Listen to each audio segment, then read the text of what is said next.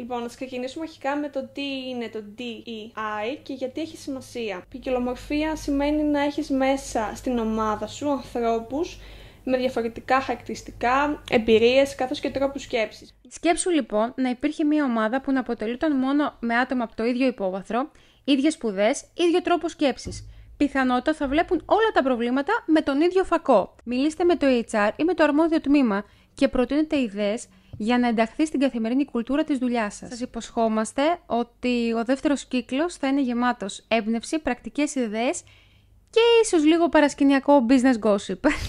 Το αγαπημένο μας.